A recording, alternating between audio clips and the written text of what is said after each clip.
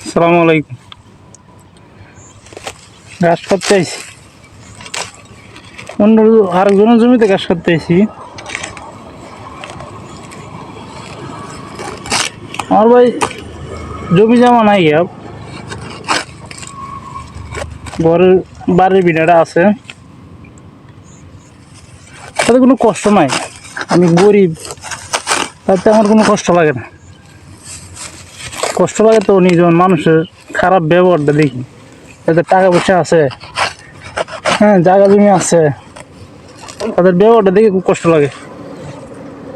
যে আসলে আল্লাহ পাক তাদেরকে দিছে, টাকা পয়সা দিছে, ধন দৌলত দিছে, বাড়ি গাড়ি জায়গা জমি দিচ্ছে, কিন্তু তাদের ব্যবহারটা আল্লাহ হয়তো দেয় নাই,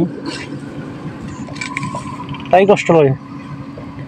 কিন্তু আমি গরিব, কাজ করে খাই, আলহামদুলিল্লাহ, আল্লাহ পাকের অনেক ভালো লাগছে,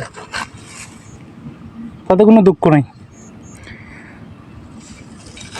আল্লাহ পাক তো সুস্থ রাখছে, দুইটা হাত আছে, পা আছে, যে কোনো যাইতে পারি, যে কোনো কাজ করতে পারি, তা আলহামদুলিল্লাহ, আল্লাহর কাছে শুকরিয়া।